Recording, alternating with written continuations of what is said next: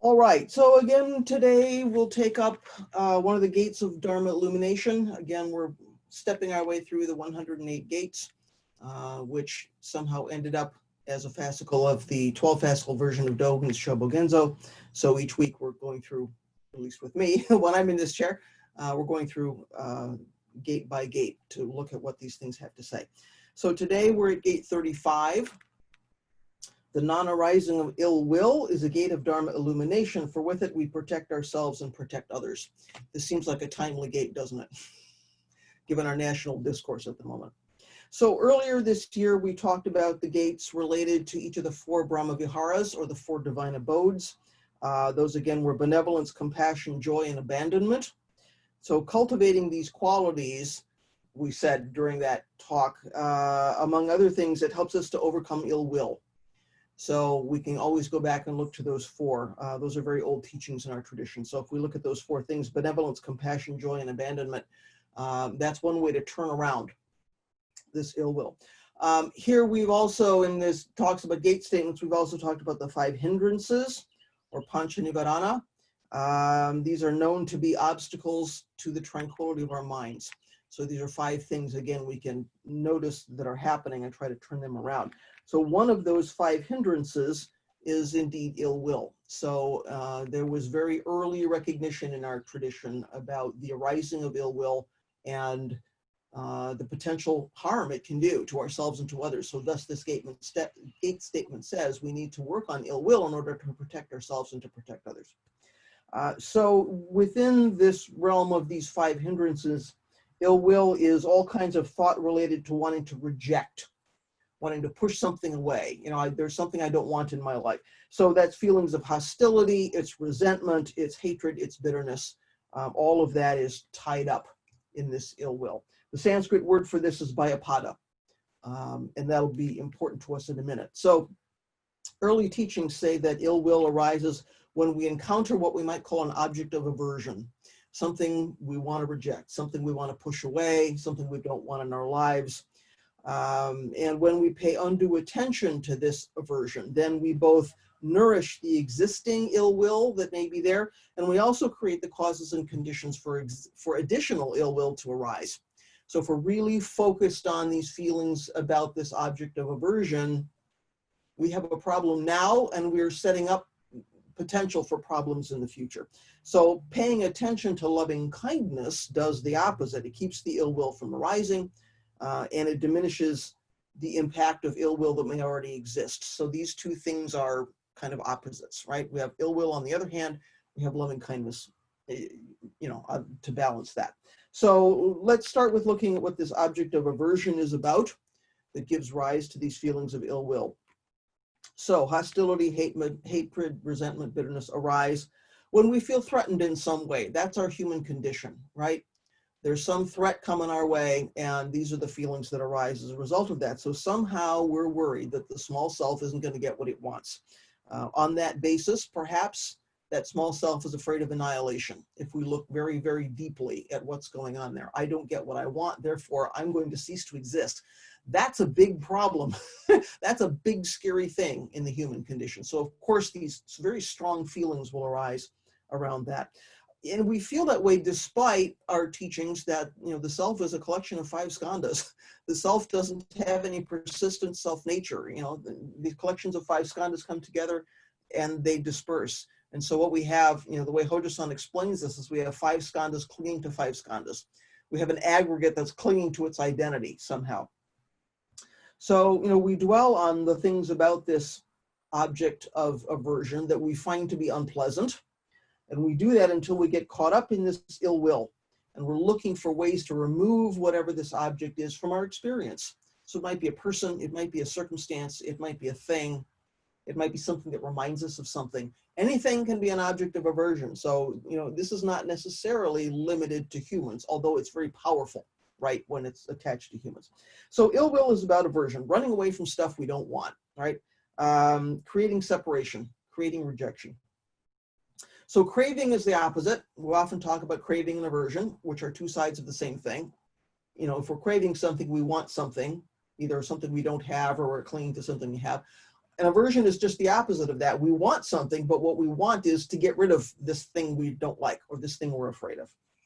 So both of these things have a lot of energy, right? These are so basic to the human condition that both craving and aversion have a lot of energy around them. They're quite strong and powerful. So we're always chasing something or running away from something, and all of this kind of agitated energy is going on around these things. So that feels like something which is big and gross and coarse, right? But there's some real subtlety here because human feeling is not easy, right? It's not easy to say, well, there's a line and this is a feeling and this is a feeling and this is a feeling. So my understanding is that in the Sanskrit, the ill will or Bhayapada is not interchangeable with anger and hatred.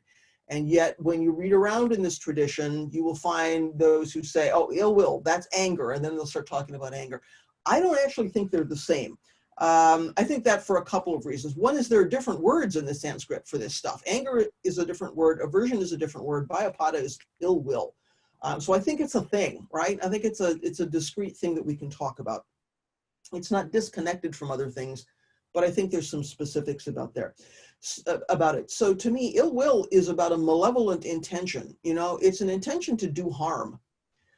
We hold some ill will toward beings or towards something. There's some intention there to do harm, which I think is different than a feeling of anger. We can be angry at a loved one and still love that person. You know, somebody can do something we don't agree with, do something which we find hurtful, but somehow we still love that person. If you have ill will towards somebody, there's the intent to do harm. You don't love that person, right? So I think it's different. There's a feeling in ill will about movement toward or movement. There's an activity there. It's not just, I feel this way about something. There's some intention to take some action. It might be very subtle.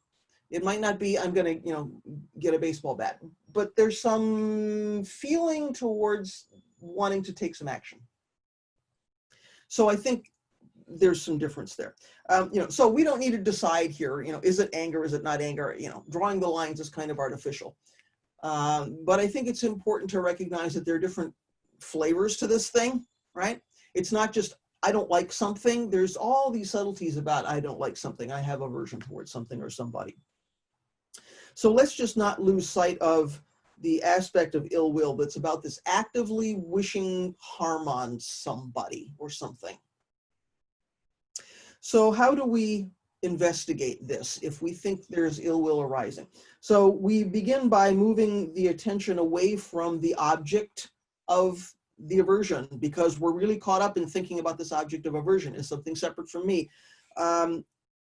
Let's, kind of let go of our focus on that and look at the ill will itself. What is that really about? When the Buddha taught about the hindrances, and we just said ill will is one of those hindrances, he says we have to know when it's present and when it's not present. So it's not enough just to focus on there's this thing and I hate it.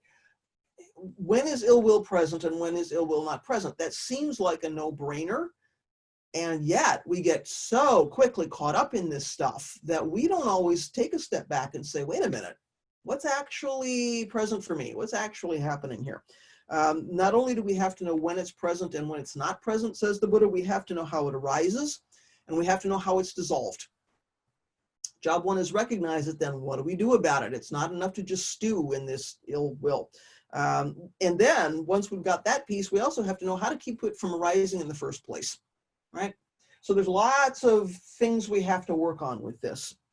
So we can also, when we're thinking about our ill will, or let's say investigating our ill will, what is our ill will covering up?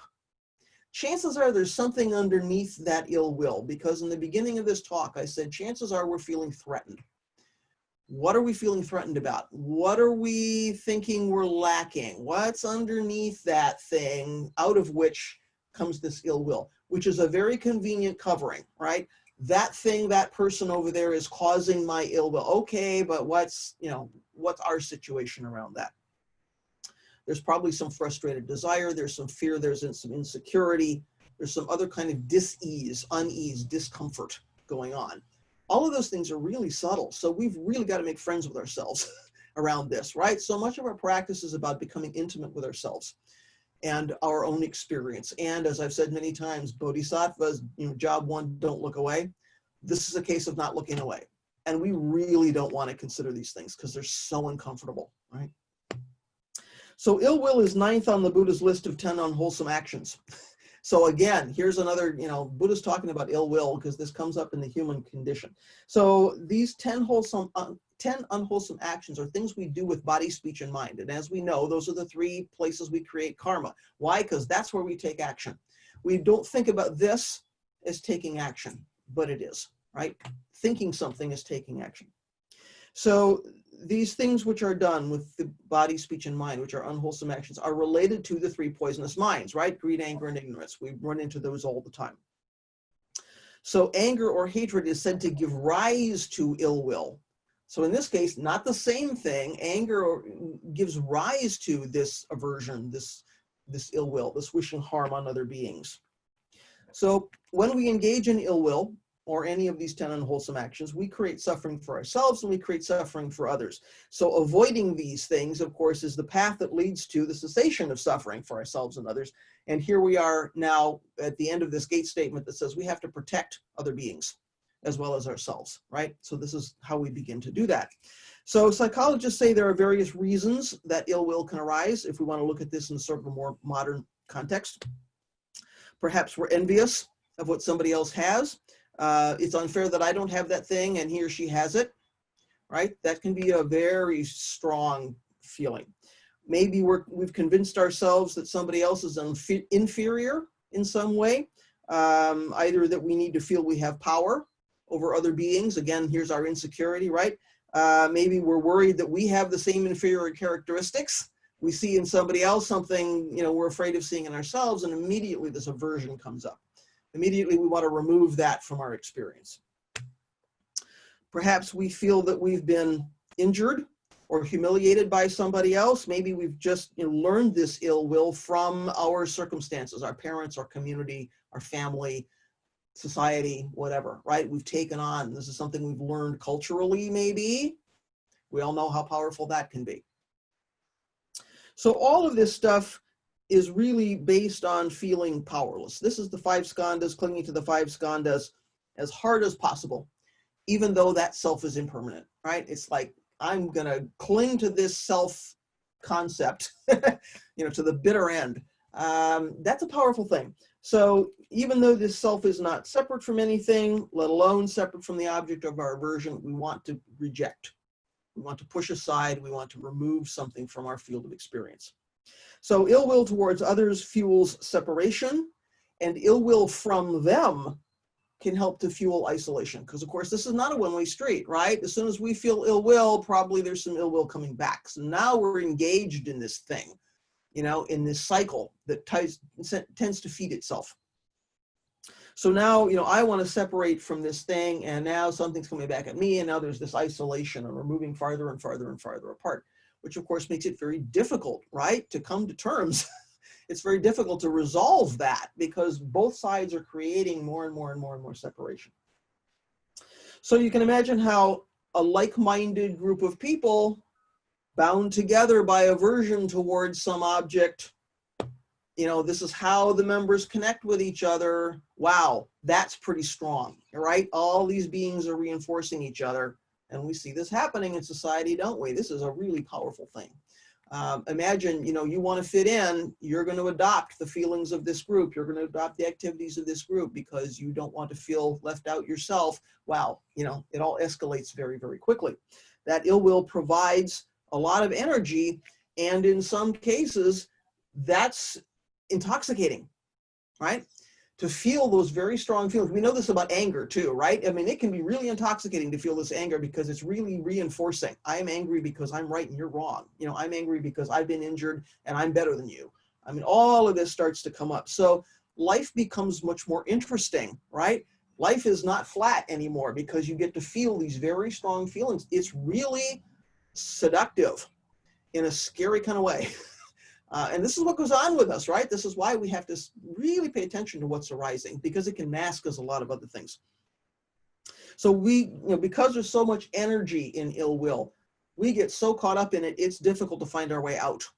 Until we stop and take a step back and say, what is really arising in my body and mind? It is very difficult to sort of walk away from that. This is where our practice is really important. So the Pali Canon says, if there is a pot of water heated on the fire, the water seething and boiling, a man with a normal faculty of sight looking into it could not properly recognize and see the image of his own face. In the same way, when one's mind is possessed by ill will, overpowered by ill will, one cannot properly see the escape from the ill will which has arisen. Then one does not properly understand and see one's own welfare, nor that of another, nor that of both. And also texts memorized a long time ago do not come into one's mind, not to speak of those not memorized. What is this saying? When we're caught up in this boiling cauldron of ill will, we don't recognize ourselves. We don't see what's happening with us. We don't see that we're injuring other people. And whatever kind of Dharma study maybe we've done, like that is not what's uppermost in the mind. Right? We don't immediately bring to mind some teachings that say, oh, wait a minute, ill will. I'm supposed to be, stepping back and protecting myself. That is not what arises, right? We're in the thrall of this thing. It's really, really strong. So if we're caught up in ill will, that's all we can see. That's kind of an interesting moment, isn't it? We don't even recognize ourselves according to this text. We really don't see what we're doing. Jeff, are you waving your hand? Yeah, I just wanted to point out, you left it just a little bit, but when you were talking about the spread and self-reinforcement, it also is another form of contagion. Yeah. That's all I just wanted to, it just seemed to highlight that moment too. That's absolutely right. Yeah, so I think this is really important that this gate says we protect others as well as ourselves, right? Because we start spilling this, boy, does it grow. So this is an important cycle that we want to look into, like right as it's arising, right? It's definitely a contagion. There's a famous section in the Dhammapada, which is one of the earliest writings that we have, very famous section. I'm sure you've heard this before, but it's relevant to our conversation. He abused me, he beat me, he defeated me, he robbed me. For those who harbor such thoughts, ill will never ceases. He abused me, he beat me, he defeated me, he robbed me. For those who do not harbor such thoughts, ill will ceases. In this world, hatred is never appeased by ill will is always appeased by love. This is an ancient law. So that last bit is a very famous thing, right? When 9/11 happened, people were running around quoting that last line, probably to keep us from falling off the cliff and saying, we need to take some action, right? In this world, hatred is never appeased by ill will. Ill will is always appeased by love. This is an ancient law. That sounds really nice, doesn't it? Turning around ill will and resentment by cultivating loving kindness, okay, that sounds nice, but what does that mean? That is not easy. And this teaching is not saying, well, we need to just, live in a hearts and flowers kind of world and ignore this hatred. Dalai Lama has an interesting phrase for this. He says we need internal disarmament. I think that's a great phrase, internal disarmament, because he says that's how we bring about genuine peace. Internal disarmament is letting go of things like ill will, hatred, resentment, right? We have to do that ourselves before we can work for peace with other beings. So we have to internally disarm. I think it's a helpful picture because we think about, our ill will can really be a weapon. It can harm ourselves, but we can use it against other beings. And as Jeff says, it's a contagion. Everybody else starts picking up their weaponry. Now we have a problem. So this internal disarmament, I think, is really helpful. If we don't first deal with our own ill will, then we might draw on that energy and we might actually make some external change. We might use that energy to work for change, and there might be some external change. But we're simply going to replace one flawed system with another, because we haven't looked deeply at our motivation about what we're doing. So we might get angry about systemic injustice. We might do a lot of work to change the system. Some useful change might come out of that. Some really good stuff might come out of that. But then when our ill will persists, because that's our kind of motivation, and we're in charge, then we start abusing our own power. We're just replacing one problem with another problem. So we project that ill will onto whoever the opposition is. Then our other hindrances kick in, and we're not running a system any more effectively than the system we replaced, because it's still based on this ill will, right? So I think my intentions are good. I think I really understand this real reality, whatever this is we're fighting for, better than other people. Therefore, you know, I should be in charge. I should run things myself so that they run properly. We can talk ourselves into those things, right? But I never stopped to take care of my own ill will. I never stopped to take care of my own stuff. I'm still carrying all of this. It's got to infect the new system, right? So there's some really big things that can happen out of this. It's important, even if we believe we're acting from a good motivation, we're trying to take skillful action, we think we're trying to help other beings, okay, there's still some stuff there we get to work with. We've said here many times, there are very few human actions that don't have some kind of self-interest, right? I mean, and we can't wait to take action until we think, oh, you know, this is a completely pure action. We still need to go forward in the world, but part of going forward in the world is looking at what we're still carrying, right? Because it's going to keep arising, because this is the human condition. So the non-arising of ill will doesn't mean we ignore those feelings when they come up. It doesn't mean we repress them, or somehow we just push them away or fail to notice them, right? We can't really do that. It means instead we have to transform how we see whatever it is that's giving rise to these feelings. We have to look carefully at the object of aversion, perhaps, and transform how we see that. So we have to see all beings as beings for whom we cannot harbor ill will. That's not easy, right? So in a talk earlier this year, I mentioned that it's difficult to have ill will for like dogs and babies and, you know, vulnerable people. You know, it's difficult to have ill will for them. Can we have that same approach to all the beings we encounter? You know, in an earlier talk, I said Buddha sees everybody as his children. And it's like, somebody said to him, can you really do that? I mean, that sounds great, but can you really do that? Yes, I do. I see them all as children, all as my children. You know, so I approach them in a particular way. So Hojo-san has written, of course, it's usually, excuse me, of course, it's usually very difficult or seemingly impossible for us to do this. In fact, if we can love someone, that person is not our enemy. People become our enemies because we cannot love them. So each of us must transform our consciousness and go beyond discrimination between friends and enemies. That's not easy, right? Gate's statement says we are to protect ourselves and others. So, you know, it's much more difficult to have ill will for someone you're trying to protect. So if we imagine that all the beings we encounter are beings that we need to protect, it begins to shift our approach a little bit. You know, I may not like somebody, I may disagree with what that person is doing. Can I have enough compassion to consider, how do I protect that person? And some of that ill will perhaps begins to dissolve a little bit. So there has to be some little spark of something, some little spark of compassion, some little spark of good feeling there. We can ask, is there some good quality in this object of aversion, in this person, in this situation? Is there something there that I can grab onto to begin to dissolve my feelings of ill will? That tiny spark is the place where we begin to cultivate some loving kindness. And this is how we start to turn this around. So is there some common ground that I have with this person? Is there something we share? Even if all we share is we both feel really strongly about this topic, we violently disagree about how we're supposed to deal with it, but at least what we have in common is we both think this thing is really important and it needs to be addressed, or it needs some action or something, right? If nothing else, we're both human beings. The human condition is about having some suffering. We're both suffering in some way. You know, somehow there's some common ground. There has to be, because of interconnection, right? We are not actually separate. So we might have to look pretty hard to find whatever that common ground is, whatever that connection is, but we know from our teachings that it's there. We can have confidence that it's there. So is there something we can do to encourage this little spark of compassion, or this little spark of loving kindness for the object of our aversion? You know, can we somehow encourage some positive behavior in this person? You know, what can we offer in this situation? Can we come in with open hands? Is there something we can look for that we can offer in this situation?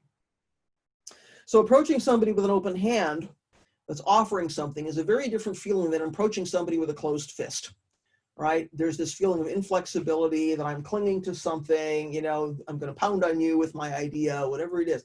Can we open the hand? And this is a different but related kind of opening the hand to what's going on the cushion, right? Phew. can I come into this circumstance not immediately being defensive? That doesn't mean go in there and go into a dangerous situation and not protect yourself. But, you know, can I not approach this person, this situation with so much ill will, you know, that I'm immediately putting up a wall? Maybe, maybe we're only taking this approach so that we protect ourselves. That's the place to start, right? We still have to protect ourselves. But, you know, we don't know what causes and conditions have led to somebody's response to us, to somebody's ill will toward us. You know, causes and conditions are so huge, we can't wrap our minds around it. We don't know all of what's led up to this moment. So assigning blame is a little bit difficult, right? We have to just say, we don't know. We're going to watch carefully. We're going to take skillful action, but we're going to go in with a bit of a spirit of inquiry and say, what could happen out of this encounter? What could happen out of this exchange? So again, we're not being asked to condone toxic behavior. We're not being asked to let people off the hook for things they're doing which are harmful or unskillful. We are being asked to give up our clinging to ill will and hatred and the desire for revenge. We really want some reward, right? Revenge is a kind of a reward, and we really want something out of this, right? So we're being asked to give up the need for that, or give up the desire for revenge. It's not so much that we can change the people around us and make them stop being the objects of our aversion. You know, they're going to do what they're going to do. In a lot of ways, we don't have any control over that. People suffer from some pretty deeply entrenched delusion, and they don't necessarily want to change. People are not always open. Even when we come with the open hand, you know, this is not necessarily a teachable moment. So it's not like we can go in and say, oh, and the Buddha says, you know, here's what we should think about ill will. It's like, no, nobody's going to try to do that. The teaching, the turnaround might simply be that we're not reflecting ill will back, or that we're not going in armed to the teeth, you know, ready for a confrontation. So the point is that by meeting ill will with loving kindness, we take care of ourselves and we take care of other beings, right? So we foster our own calmness and our own peace and our own equanimity. And by extension, then we're protecting other beings. We're not spilling our stuff on them, and we're not escalating the situation. So that's in addition to reducing our own suffering, right? With our own feelings of agitation and our own feelings of unhappiness. So we're anticipating some kind of encounter, or we somehow cross paths with the object of our aversion, whatever that might be. What can we do? We can notice what's happening. We can notice how we're feeding our ill will. So when those feelings start to arise, what's going on in the body and mind? Are we feeling contracted? Are we having thoughts that we're just, you know, ruminating on over and over and over again? What's going on in our actual physical experience? What does this ill will feel like? Before we do this, kind of before we get hijacked and do something unskillful, say something unskillful, right? Have these repetitive thoughts. Job one is, what's happening here? Because this stuff is so strong, it's so easy to get hijacked, right? We feel ill will, what's going on? So hopefully, when we begin to examine, investigate our feelings of ill will, we can start to let go of replaying these scenes and fantasies in our minds about injuries that have been done to us, how we're going to get our own back, right? How we're going to get even. Getting stuck in that loop is a hindrance to taking skillful action. It's the human condition. We don't want to beat ourselves up for it, because these things are very deeply held and injury can be very strong, right? But again, take a step back, take a breath. What's happening in this body and mind? Okay, can I let go of replaying these scenes over and over and over about how I'm going to do somebody harm for the harm that person did me? We have to let go of those scenes, those fantasies, even if we didn't get the outcome we wanted. So even if we never got the revenge, even if the person never got his or her comeuppance, you know, we have to let go of replaying those things, those scenes. Once we do that, we can decide to do something else. We can decide to think differently about something, to even just take a breath, do some skillful action, instead of getting hijacked. So, you know, one of my favorite sayings came from Lily Tomlin. She says, forgiveness is to give up all hope of a better past. I think it's great, because somehow we want to think we can go back into the past and change this thing that happened, and somehow now, the now we're experiencing is going to be better. It's going to be different. Well, we know how many times have we said, we can't act in the past, we can't act in the future. The now is all we have. If we give up all hope of a better past, we can't change it. Phew, maybe I can let go of this sort of revenge, desire for revenge that I have in the eternal now. So, it takes some real commitment to practice with ill will in that way. Why? Because righteous indignation feels very strong. It feels very powerful, and it feels good. It means I'm better than you.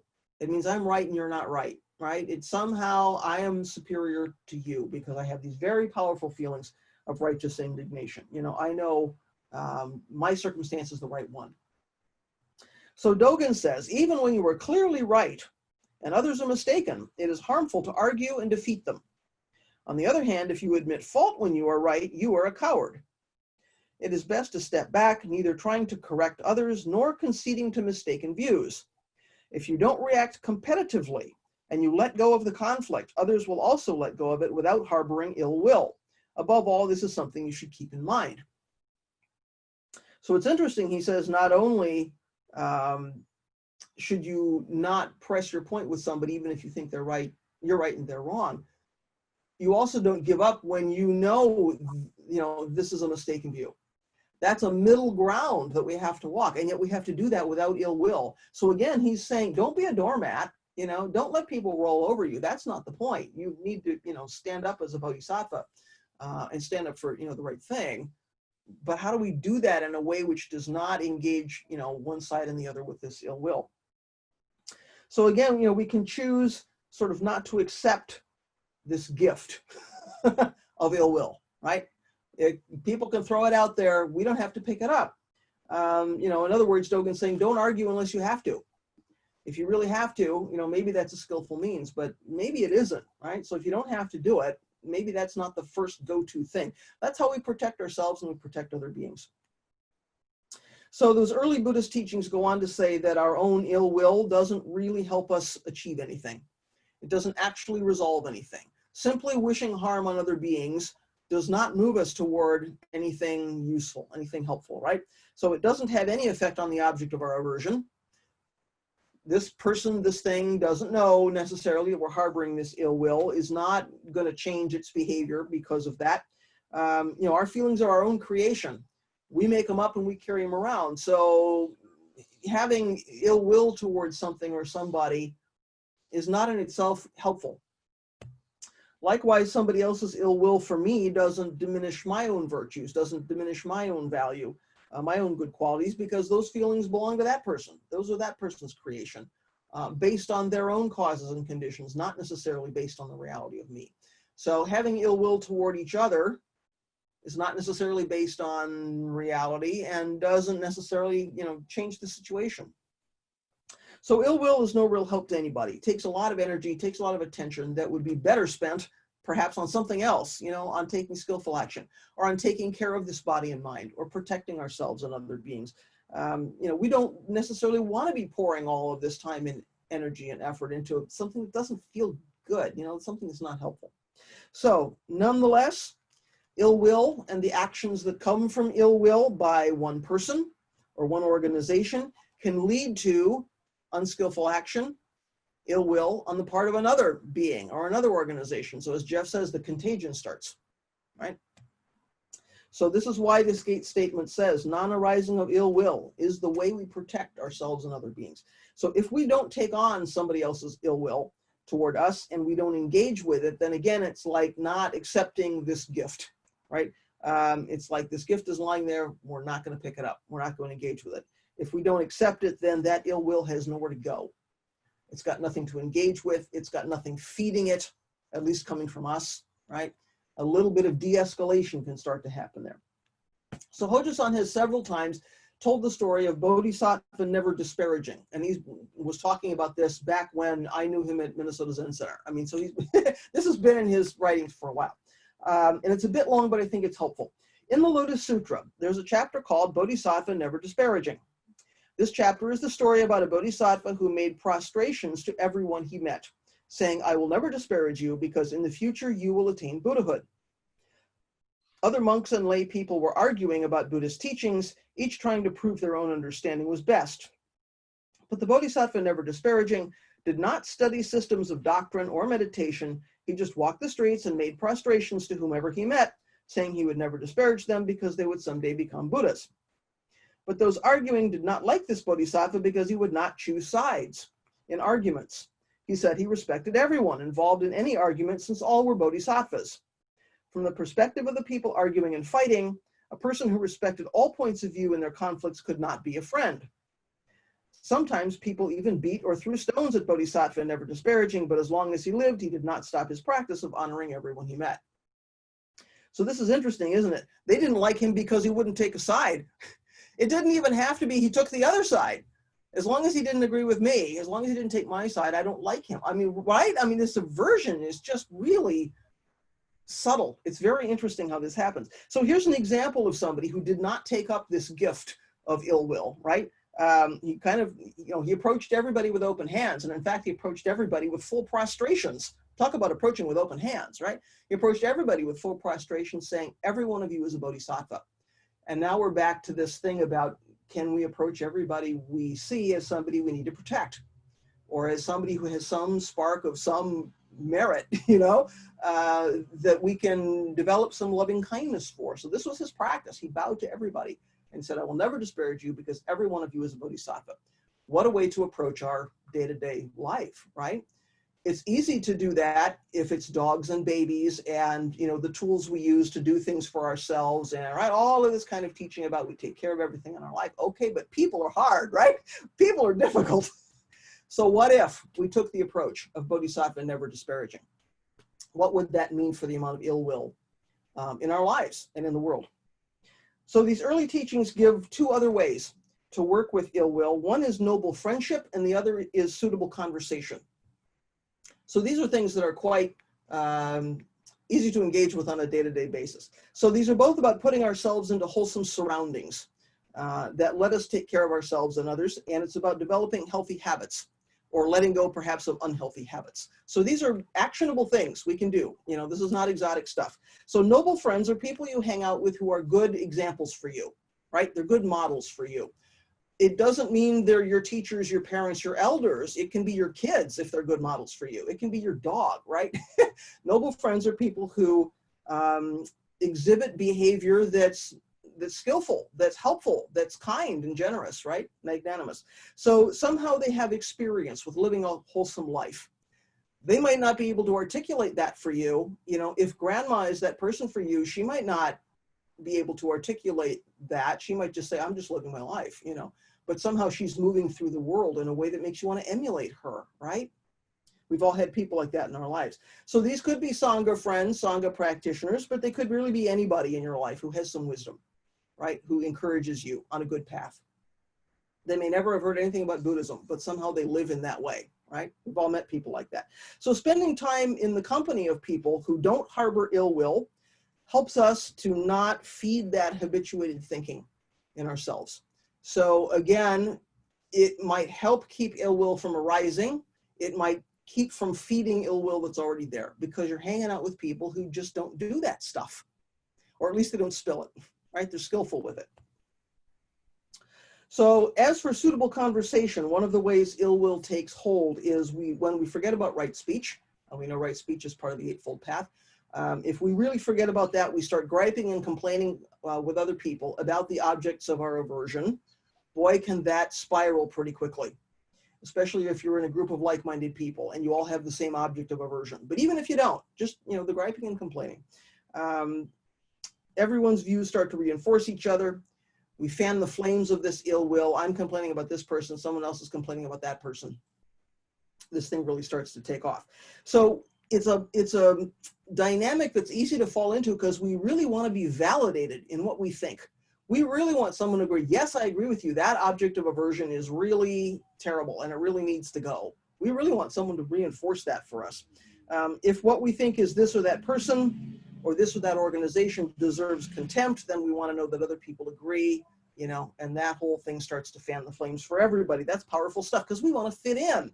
If I think all my friends have the same object of aversion and those relationships are important for me, boy, it's really hard to say, I don't think so. We want to fall in with what they're doing. And it's very, very subtle. So, we can pick up all kinds of stuff in gripe sessions like that, or in the midst of what isn't right speech. We can pick up all kinds of stuff we can use to shore up our ideas about I'm right and they're wrong, and I'm going to get my own back, and right, this self is a thing. We want to pick up all of these things and sort of attach them to this self. We want to shore up this idea of self using all these little things that we pick up. So, we tend not to immerse ourselves in opinions or material or communications that challenge what we believe. That's an uncomfortable place to be. So we don't want to be around that. We want to be in circumstances that reinforce what we already think. We'd rather pay attention to things that make us feel right, things that make us feel comfortable, because who would want to put him or herself in a situation where you're being challenged in that way? That's one of the reasons it seems to me that practice is both valuable and very difficult, because we are constantly being asked, or frequently being asked, to put aside habituated thinking and say, okay, what's really true? How much of my experience of this moment is something that I've created and reinforced in a bunch of ways, and how much of it is based on reality? Are there things I'm carrying around that are not skillful, are not helpful, are harming other people, are not based on what's really going on? Can I let go of those things now? They might be old beliefs that aren't serving me anymore. Our practice is really asking us to look deeply and say, what do we believe and why? And we know that's one of the key elements of spiritual health, is to really understand what are our truths and what are those truths based on. And it's not that we need to doubt ourselves all the time, but we do need to take a careful look, right? And challenge ourselves a little bit. Sometimes people come to practice, and I've had people say, boy, it just seems like so much of practice is about swimming upstream. It's like, we're always hearing, well, the human condition is like this and like this and like this. And yet, somehow we need to examine those things and say, is it based on reality, or is it just our, kind of conditioning? And in a way, that's kind of true, right? Practice is asking us to put ourselves in situations that aren't always comfortable. And yet we know that's where the growth edge is, right? When we're asked to really think about what do we believe and why, doesn't mean we have to give up what we believe, but we get to look at it carefully, right? So, we're even when it comes to the things that we learn from the Sangha, we don't want to pick those things up just because the Sangha says so. We need to look carefully and say, what's that based on? So causes and conditions are huge, as we know, outside our ability to completely know. So it's good to be able to take some perspective. If we're feeling some ill will, if we notice some objects of aversion, it's good to maybe take a step back and try to get some perspective about that. We have to be careful about attributing malevolent intent or ill will or bad intentions to others, because we don't know the causes and conditions. So, somebody did something, I feel injured by that, but was that injury really something which was directed at me personally? Was this person's intention really to do me harm? Or is that the way it feels to me, and on that basis, I'm going to write a story? So, is this a malevolent intention, or am I just looking for someone to blame for my own uncomfortable feelings, right? Is this threat or is this injury to me really as big as it seems to me in this moment when this is all I can see? Is it really, is this injury to the great degree that I somehow think it is? Again, I'm not saying we should ignore injury, but when we're caught up in our stuff, it's all we can see. The whole world becomes our ill will. The whole world becomes our injury, our suffering. So maybe in a few minutes, in another day, we look back and say, at the time that was really strong. Now I can see with some perspective, it wasn't as big as I thought it was. And of course, one aspect of being a Bodhisattva is to accept that there is suffering in our lives. First noble truth, right? Life is characterized by suffering. So, we're all going to be injured and wounded in some way in life. We can't avoid that. It is what goes with the human condition. So we're never going to have peace if we think that happiness in a normal life is a life free from suffering. We just know that can't be. So rather than trying to escape from the suffering, run away from the suffering, we need to be skillful about how we deal with the suffering, right? So if I feel injured, what I have to do is be skillful about how I deal with feeling injured. So we need to put aside any expectation that somehow we will never be uncomfortable. Somehow we will never be injured. We will never be wounded. Reality doesn't work that way. We're setting ourselves up, right? We have to give up clinging to our ideas about how things should be, because here's the basis for I want revenge, right? Things shouldn't be this way. This isn't fair. I want to get my own back somehow. So, you know, this idea, I shouldn't have any less than people around me, or I shouldn't have, you know, anything different than what people around me have. He or she shouldn't be rewarded for poor performance. I'm working, you know, hard. I have really good performance. That person is being rewarded for a worse performance than mine. Somehow that's not fair. You know, we shouldn't have to put up with people who aren't like us. There's a dangerous one, right? So it's important not, these feelings are very strong. And when they come up, we can think, oh, I shouldn't be feeling this way. You know, I should be somehow ignoring these feelings or suppressing these feelings. Not at all what we're being asked to do here. It's important not to beat ourselves up for the feelings that arise. This is the human condition. It's important not to deal with our ill will by having ill will toward ourselves for having those feelings. That's a downward spiral. I feel bad, and I feel bad about myself because I feel bad, and then how do you pull yourself out of that, right? Ill will toward ourselves is also not helpful. It's also not okay. So, you know, as the Dhammapada says, hatred doesn't get dealt with by applying more hatred. We're not going to free ourselves of ill will by having ill will toward ourselves. And that's a kind of a subtle thing, right? It's like, oh, I shouldn't be feeling, no, wait a minute. We just have to say there's ill will. Ill will is arising. Here's what it feels like in my body. I get to choose to, you know, point myself towards something else. So just like other feelings and situations, ill will is impermanent. We know it's not going to last forever. It's a very strong feeling. It's a real, you know, hit of energy. Like everything else, it's the scenery of our lives. It's the weather of our lives. It's going to come and go. So we need to not cling to it. It arises, it passes. We can watch it. We can identify it, but we don't identify with it, right? The self is not made up of this ill will. It's something that arises. It comes and goes, but we need to not grab onto it.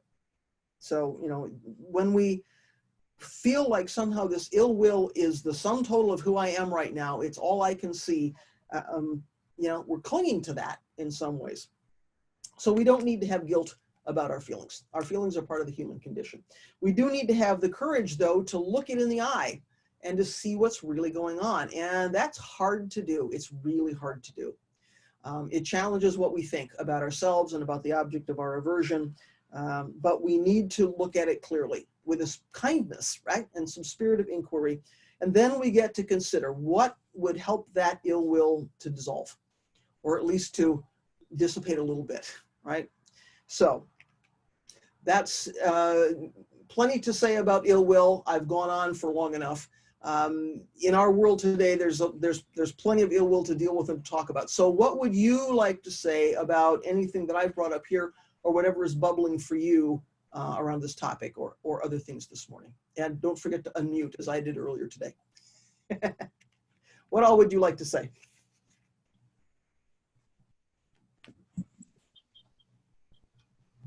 Sagan's got a hand up.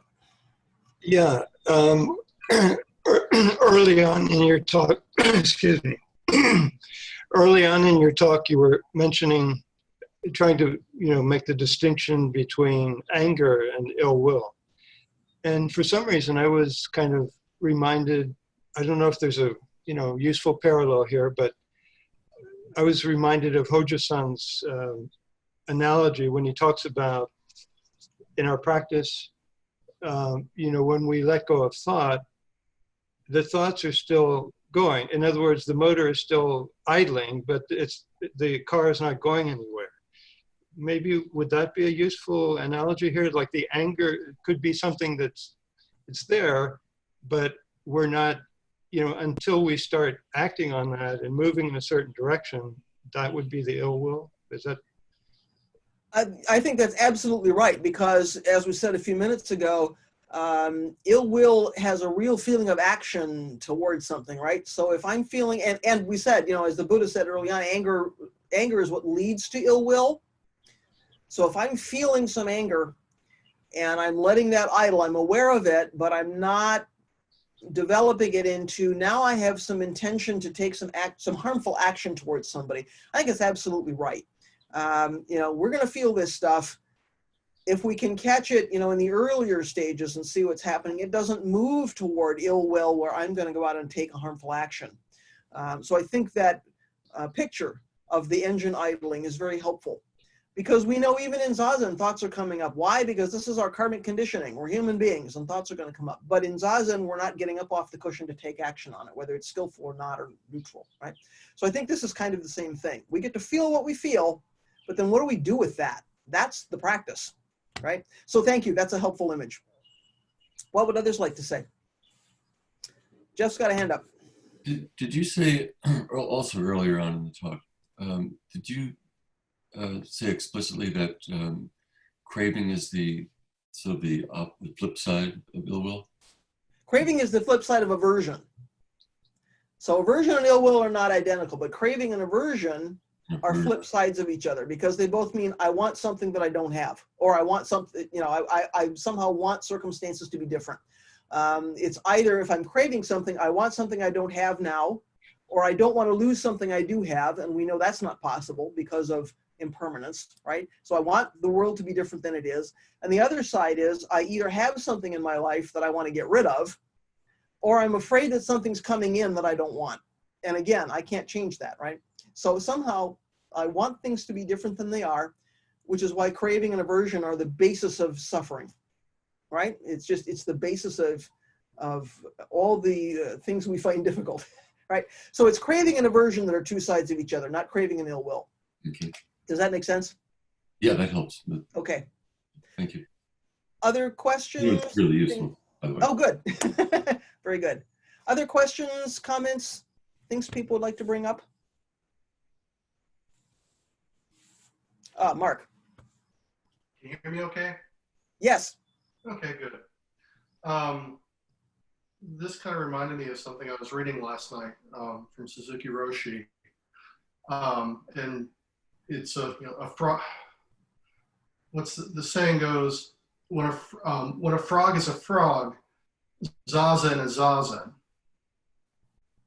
And the whole point of his Dharma lecture is, as you sit with your true nature. And, a frog, when he sits with his true nature. He sits, he looks around, he eats when he eats, he sits when he sits, he croaks when he croaks. That's what you do when you sit zazen. When you start separating that out, when you sit, that's when you aren't sitting zazen.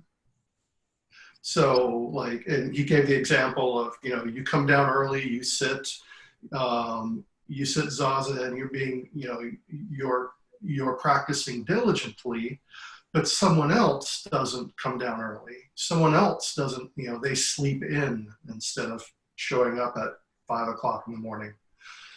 And you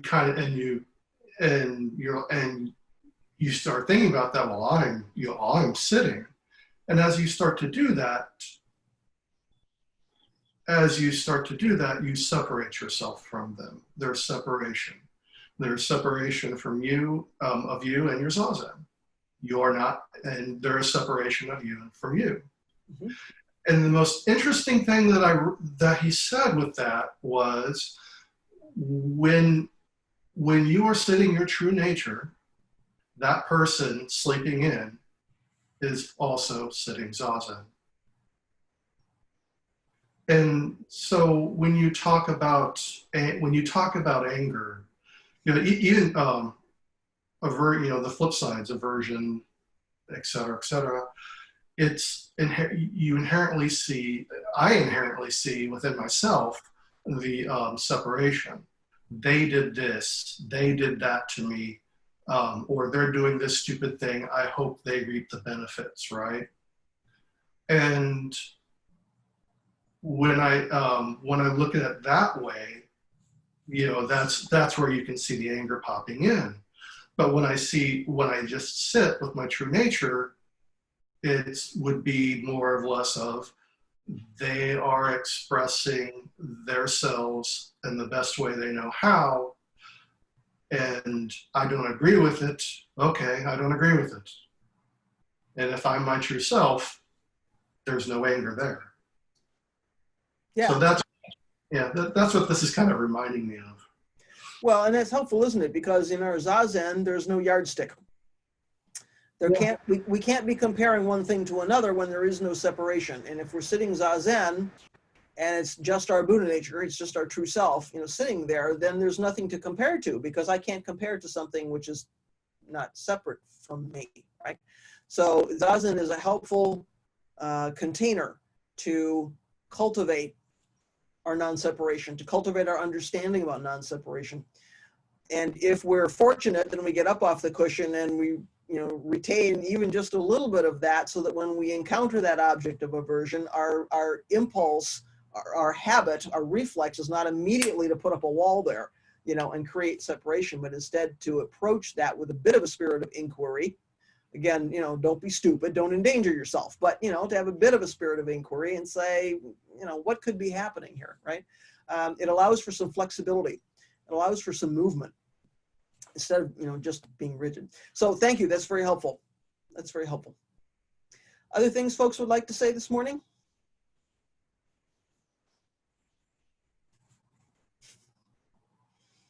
Nobody is full of greed, anger, and ignorance. I'm pleased to see it. Nobody's practicing with ill will this morning. That's good. Given our national situation at the moment, it just so happens it was Gate 35 today, but the combination of Gate 35 and a World Peace Ceremony seems to be a very fortunate intersection, doesn't it? Okay. All right. Thanks for your practice this morning. So let's do our closing chant. I'll pitch back to Mark for any announcements that we need to make, and then we will do our World Peace Ceremony and close up for today. Okay? Thank you very much.